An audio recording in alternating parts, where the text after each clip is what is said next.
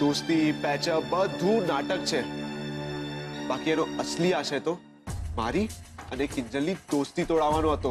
તો ત્યારે જ બોલવું હતું ને તારે, પણ તે તો 2 દિવસ સુધી મારી સાથે પણ વાત નથી કરી. તો તને પણ તો ખબર પડવી જોઈએ કે આવા માણસનો ભરોસો કે આવા માણસ સાથે દોસ્તી ના કરાય.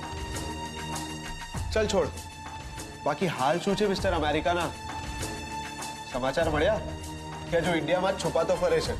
પોલીસ એને શોધી તો રહી છે, જોઈએ હવે. એક મિનિટ. કિંજલ. હા કિંજલ બોલ. શું બોલું રૂપેશ જીજુ? ગઈકાલ રાતથી તમને ફોન કરવાની ટ્રાય કરી રહી છું અને હંમેશા તમારો ફોન નોટ રીચેબલ આવે છે. હા, થોડો નેટવર્કનો ઇશ્યુ ચાલે છે, પણ બોલ ને, કામ શું હતું?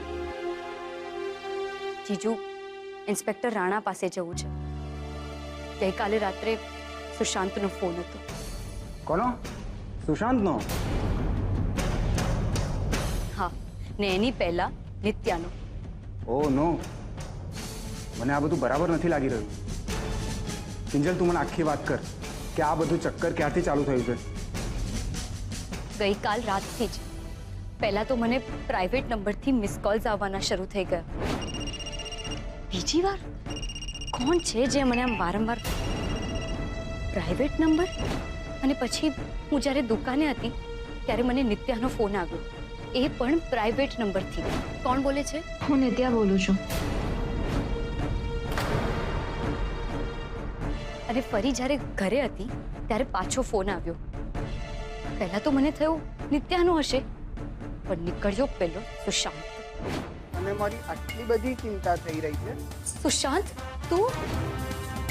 કિંજલ, તું ચિંતા નહીં કરતી અને હમણાં તારા ઘરની બહાર એકલી ક્યાંય નહીં નીકળતી, ઓકે? બની શકે કે સુશાંત ત્યાં આસપાસ જ હોય, તારી પર નજર રાખીને બેઠો હોય. હું ત્યાં ઘરે આવું છું, પછી આપણે સાથે મળીને ઇન્સ્પેક્ટર રાણાને મળીએ, ઓકે? તું ચિંતા નહીં કર, હું આવું છું.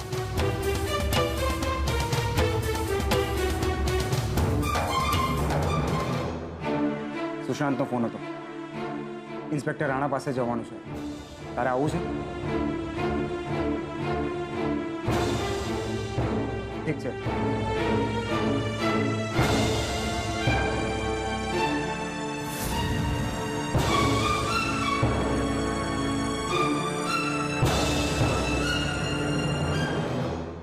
આજે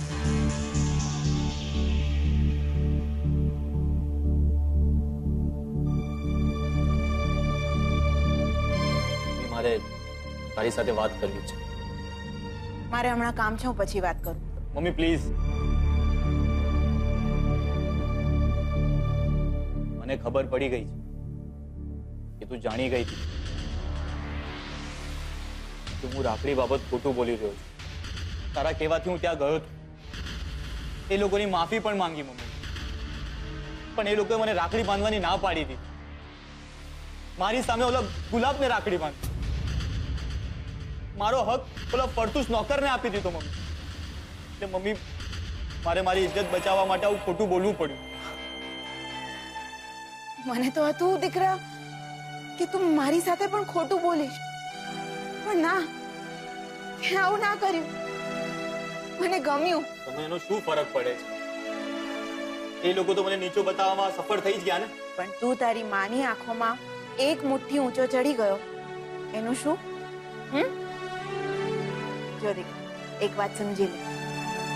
માફી માંગી દેવાથી કે આપી દેવાથી કોઈ નીચું કે કોઈ મહાન નથી થઈ જતું.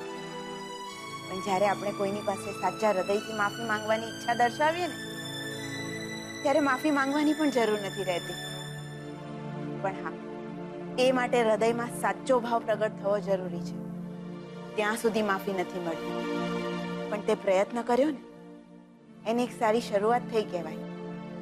અને તે તારી માના શબ્દોનું માન રાખ્યું, એ માટે થેન્ક યુ. એ ના મમ્મી, પ્લીઝ તું થેન્ક યુ ના કહે. મમ્મી, મને ખબર છે કે હું લાઈફમાં ઓછી મહેનતમાં વધારે પૈસા કમાવા માંગુ છું, પણ મમ્મી હું શું કરું? હું શોર્ટકટ્સમાં માંગુ. મમ્મી, હું નાનપણથી બા અને પપ્પા પાસે આજ તો શીખતો આવ્યો છું, એટલે જ મને આવું બધું સૂજે છે પહેલા.